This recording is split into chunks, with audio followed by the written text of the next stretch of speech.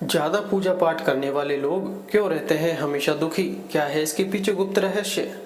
जय श्री राम दोस्तों, आप सबका हमारे इस चैनल में स्वागत करते हैं। साथ ही अपना बहुमूल्य समय देने के लिए हृदय की आंतरिकता से आभार प्रकट करते हैं। दोस्तों, वीडियो के प्रारंभ में ही कमेंट में जय श्री राम लिखकर राम दरबार में अपनी हाजिरी जरूर लगाएं। जय श्री राम। ज़्यादा पूजा पाठ करने वाले क्यों रहते हैं हमेशा दुखी? चलिए आज मैं आपको इसके पीछे का कारण बता देता हूँ। आखिर क्यों भगवान को मानने वाला व्यक्ति सबसे ज़्यादा दुखी होता है? एक गुरु के दो चेले थे। दोनों ही पढ़े लिखे विद्वान थे। दोनों में फर्क सिर्फ इतना था, एक भगवान को मानने वाला था और दूसरा भगवान को न मानने वाला नास्तिक था। एक ऐसा था जहाँ पर भगवान की कथा होती थी, जहाँ सत्संग होता था, जहाँ भजन होता, वहाँ दौड़ के चला जाता और भगवान की पूजा पाठ करने लगता। दूसरा शिष्य इन सब चीज़ों से काफ़ी दूर था। वह शराब पान भी करता था, वेश्याओं के साथ गमन करता था। सारी बुरी आदतें दूसरे शिष्य में थी। एक दिन क्या हुआ, एक शिष्य शराब पीकर अनाप शनाप बोलते हुए रास्ते में पैदल चलते हुए अपने घर को जा रहा था। अचानक उसको रास्ते में पैसों से भरा एक बैग मिल जाता है। उसकी खुशी का ठिकाना नहीं। वह जोर जोर से चिल्लाते हुए सबको बताता, मुझे आज पैसों से भरी बैग की थैली मिल गई। मेरा जीवन सफल हो गया है। इन पैसों से अपने जीवन की आवश्यकताओं की पूर्ति करूंगा। वहीं दूसरा मित्र मंदिर से भजन करते हुए अपने घर को जा रहा था। अचानक उसके पैर में एक बड़ी कील चुभ जाती है। रक्त निकलने लगता है। ठीक उसी समय दूसरा शिष्य भी वहीं पहुंचता है और हंसते हुए उसको बोलने लगता है, क्यों, तुम ही हो ना जो सबसे ज़्यादा पूजा पाठ करते हो, भगवान का भजन करते हो। क्या दिया तुम्हारे भगवान ने तुम्हें? मुझे देखो, मैं कभी मंदिर नहीं गया, मैंने कोई भी काम अच्छा नहीं किया, मेरे घर में भगवान का मंदिर भी नहीं है, मैंने कभी अपने घर में सत्यनारायण की कथा नहीं कराई, भगवान के सामने कभी माथा नहीं टेका, फिर भी मैं कितना संपन्न हूँ, अमीर हूँ, मेरे पास पैसों की कोई कमी नहीं है, सबसे ज़्यादा सुखी जीवन मैं ही जी रहा हूँ। अच्छे शिष्य को उसकी बात चुभने लगी। उसके मन ही मन विचार किया, हाँ, यह तो सच बोल रहा है। मैं कितना पूजा करता हूँ, मैं कितना भगवान को याद करता हूँ, फिर भी मैं इतना दुखी हूँ। और वह कुछ नहीं करता, फिर भी कितना सुखी है। इतना सोचते हुए वह अपने गुरु के पास चला जाता है और यही प्रश्न गुरु से करता है। गुरुजी मुस्कुराते हुए बोले, भगवान जो करते हैं अच्छे के लिए ही करते हैं।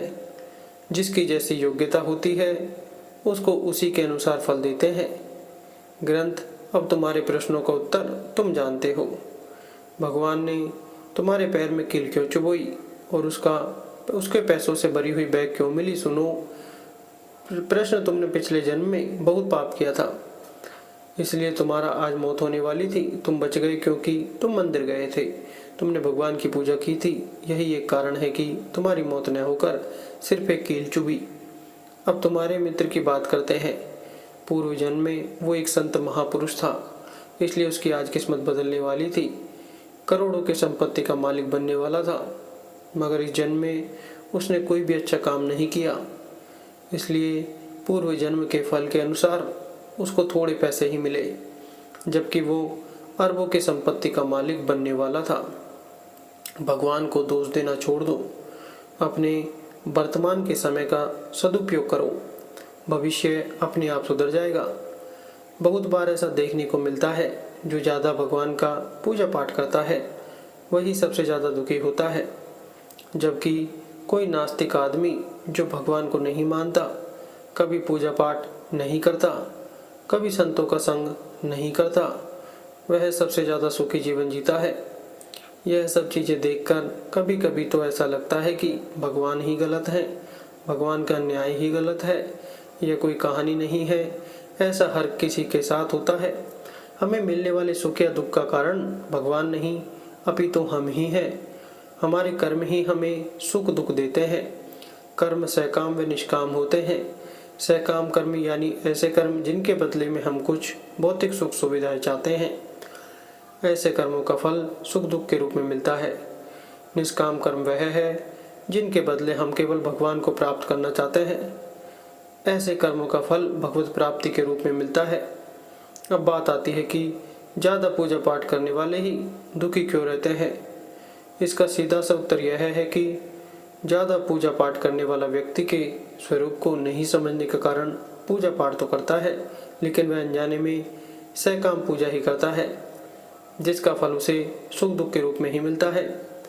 कई बार भक्त पर भगवान की विशेष कृपा होती है, जिसके फलस्वरूप भगवान प्रयास करते हैं कि आपके प्रारब्ध का फल इसी जन्म में या एक ही बार में कट जाए।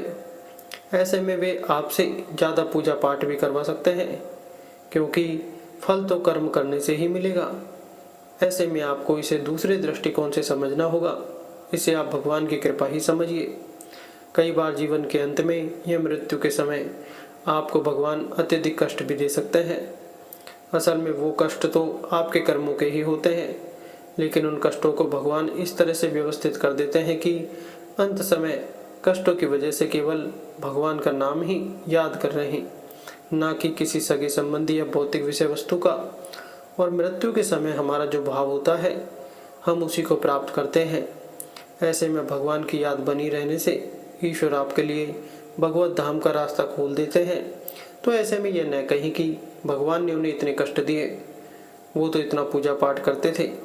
ज़्यादा पूजा पाठ करने वाला बेशक ज़्यादा पूजा पाठ या भक्ति करता हुआ नजर आता है, लेकिन वह कर्मकांड को ठीक से नहीं करना जानता है। ऐसे में गलती पर गलती करता जाता है।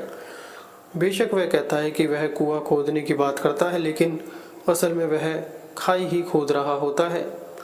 वह यह तो कहता है कि वह बहुत सारी दुनिया भर की पूजा पाठ या मेहनत कर रहा है, लेकिन असल में तो वह अपनी मेहनत बेकार ही कर रहा होता है। बेशक ऐसा करने से उसका सारा परिश्रम निष्फल चला जाता है। तो एक बात तो यह हुई कि सकाम कर्मों का फल सुख या दुख के रूप में मिलता है। हो सकता है कि उसके पूर्व कर्मों की वजह से उसकी जिंदगी में दुख बहुत लिखे हों और पूजा पाठ से बेशक कम हुए हों, लेकिन फिर भी आप यही सोच रहे हो कि भगवान हमें इतनी पूजा पाठ के बाद भी दुखी दे रहे हो। और दूसरी बात यह है कि आप गलत तरीके से या बिना विधि विधान के जाने ही पूजा पाठ कर रहे हो। आप बेशक अत्यधिक पूजा पाठ कर रहे हो, लेकिन उनका प्रभाव उल्टा या निष्फल हो रहा है। लगता है यहाँ तक आपको सब समझ में आ गया होगा। अब एक पहलू और है पूजा पाठ करने वालों को ज़्यादा दुख मिलने के पीछे, और यह लागू होता है केवल उस पर जो सही मायने में भक्त है। यह पहलू ही विशेष है, इसलिए इसके लिए आप एक बार फिर से यह जान लीजिए कि भक्ति क्या है और भक्त कौन है। संध्या वंदन, योग, ध्यान, तंत्र, ज्ञान, कर्म के जैसे ही भक्ति भी मुक्ति का एक मार्ग है। भक्ति भी कई प्रकार की होती है। इसमें श्रवण, भजन कीर्तन, नाम जप स्मरण, मंत्र जप, पाद सेवन, अर्चन, वंदन, दास्य संख्य, पूजा आरती, प्रार्थना, सत्संग आदि शामिल है। इसे नवदा भक्ति कहते हैं।